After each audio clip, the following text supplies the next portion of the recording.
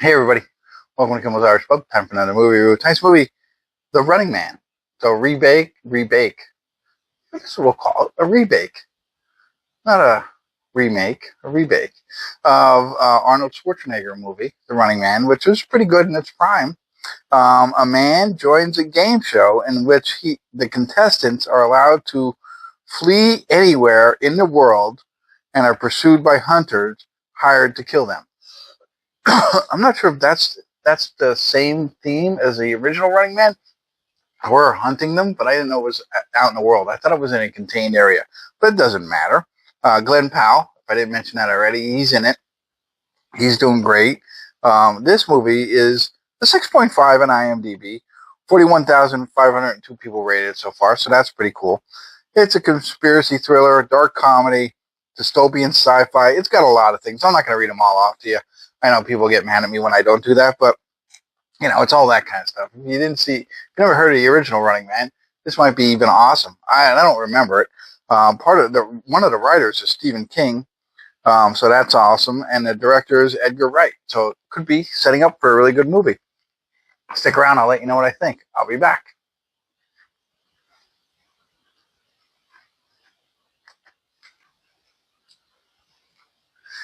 Hey everybody, we're at the credits of The Running Man, and I wrote down there's so many other actors in this movie that aren't in IMDb. They are in IMDb, but they're way down, right? I wrote them all down. I always do it on my phone. Normally it shares to my tablet. I don't know why it's not now, but that's a problem to solve later. Josh Brolin's in it. We're already past all the characters, so I got to remember. Cera's in it. Katie O'Brien is in it. And Colin Domingo is another person that's in it. I think I hit most of them, but they're and I thought that was awesome. As soon as I saw Josh Brolin, I'm like, oh, that's awesome. I knew Colin Domingo was in it, but when I looked at IMDb, I couldn't find him, so I couldn't remember his name because I seen like a little, him on it. He's like the game show host. Josh Brolin is like the producer of the game show, and we know Glen Powell, of course, is the Running Man. He plays the Arnold Schwarzenegger role, which and then Michael Cera is just like some helper. And Katie O'Brien's another contestant on the show. And so, the fact, Glen Powell, I love him. I mean, I think he's awesome. And, he's a well-fit guy, but he's not Arnold Schwarzenegger. I think that was part of the allure with the Running Man, like how he, took on all these people. And because he's Arnold Schwarzenegger, right? And huge man. And Glen Powell isn't that. And they didn't make him out to be, like a Navy SEAL or something like that. They didn't show anything like that. He's just, a very angry man that's tough and stuff. But, so I don't know. They could have gave us a little bit more on why this guy is so good at taking out everybody, a Green Beret or something like that. I don't know. But, Rambo. But anyway, I still enjoyed it. There's nothing, I thought it was a fun film. Definitely fun. You have to go into it and think at how ridiculous a lot of it is. And sometimes you're looking at, scenes. He's trying to get away. He's running through the city and crazy stuff happens. And I chalk that up to just, hey, that's just have fun with it. Right.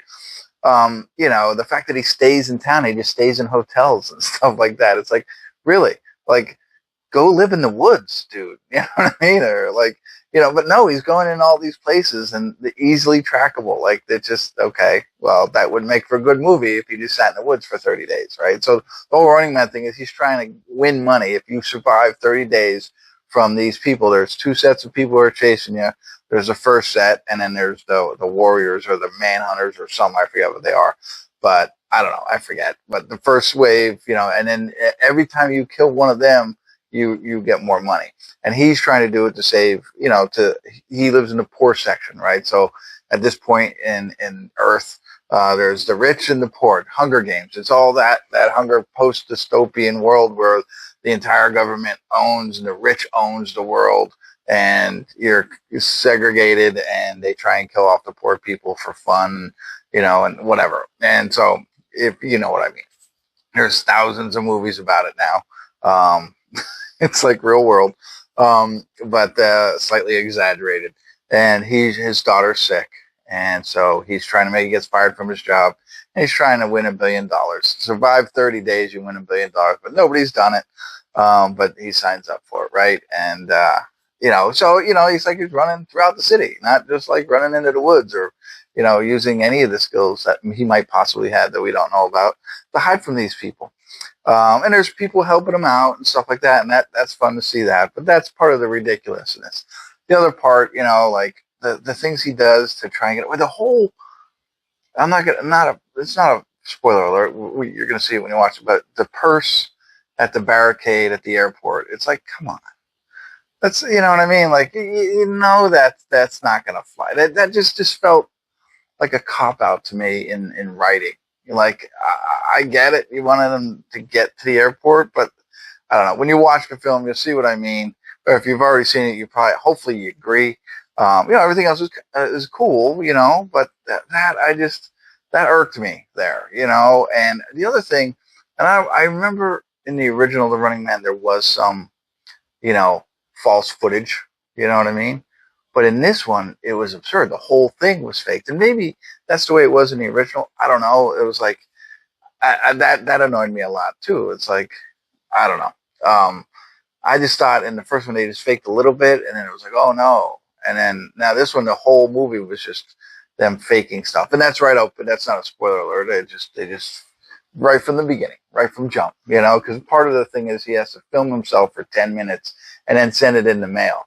But of course, these mailed, whatever they're called, those mailed things, the mailboxes that he puts, they're not trackable. You know what I mean? Like, yeah, that obviously.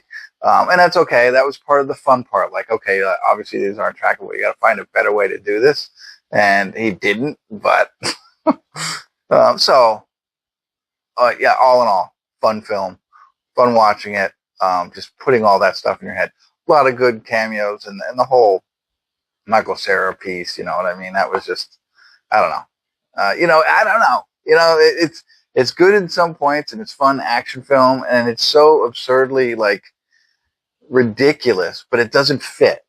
You know what I mean? It's not like I don't know if you call it a dark comedy. It just doesn't. You know what I mean? It's just like no. That's funny because you wrote it poorly, in my mind. I don't know, but maybe other people. That's not. I don't know. That's what I felt like. It was like I don't know how to take the film. And we're supposed to like, oh, it's kind of like Blade, but and the Three Stooges. I don't know. Three Stooges was a bad example, but you know what I mean? Like Blade was I don't know.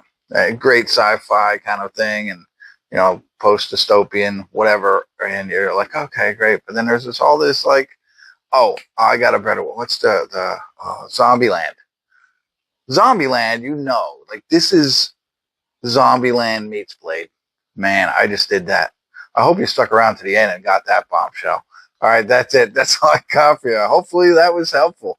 But check it out. It's definitely fun to watch. But go into it with my new simile, metaphor. I don't know. You call it. Thanks for tuning in. Kimmel's Irish Pub.